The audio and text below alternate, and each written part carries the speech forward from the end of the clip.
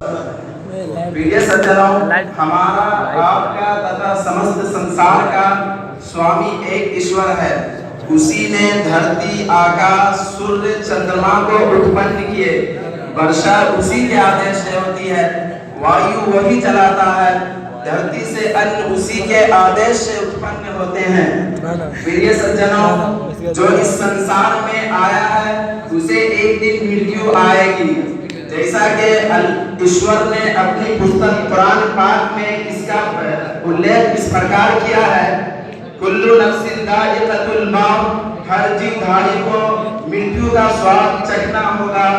प्रिय सज्जनों, अच्छे कर्म करने पर स्वर्ग मिलेगा, जहाँ विभिन्न प्रकार के सुखदायक वस्तुएं प्राप्त होंगी। कर्म करने पर नरक में जाना होगा, वहाँ अग्नि में जलना होगा, जहाँ विभिन्न प्रकार के दुखदायक प्रकोप होंगे।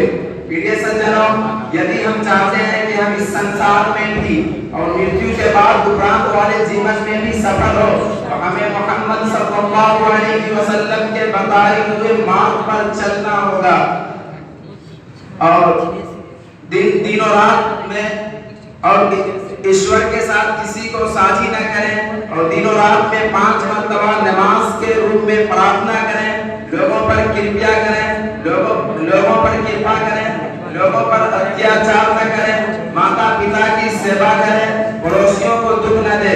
प्रिय सज्जनों, हम जो कैसे करें, एक ईश्वर को प्रसन्न करने हेतु करें, चालू होगा तुम्हारा स्वयं अच्छे कार्य करें तथा अन्य मनुष्यों को भी अच्छे कार्य करने की ओर आमंत्रित करें। अब समय के कम होने के कारण मैं अपना भाषण यही समाप्त करता हूँ। अनुमति दीजिए। धन्यवाद। वाखिरु दावाना अनिल हम्दुलिल्लाह।